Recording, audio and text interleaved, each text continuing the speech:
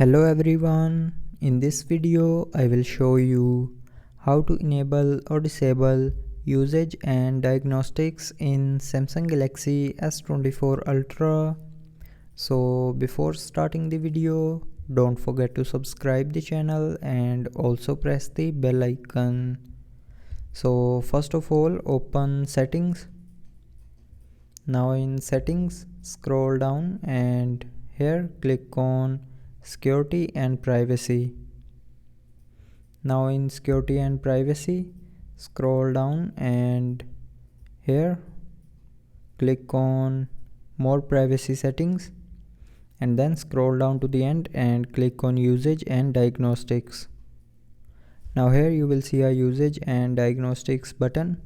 So if you want to enable usage and diagnostics, then turn on this button.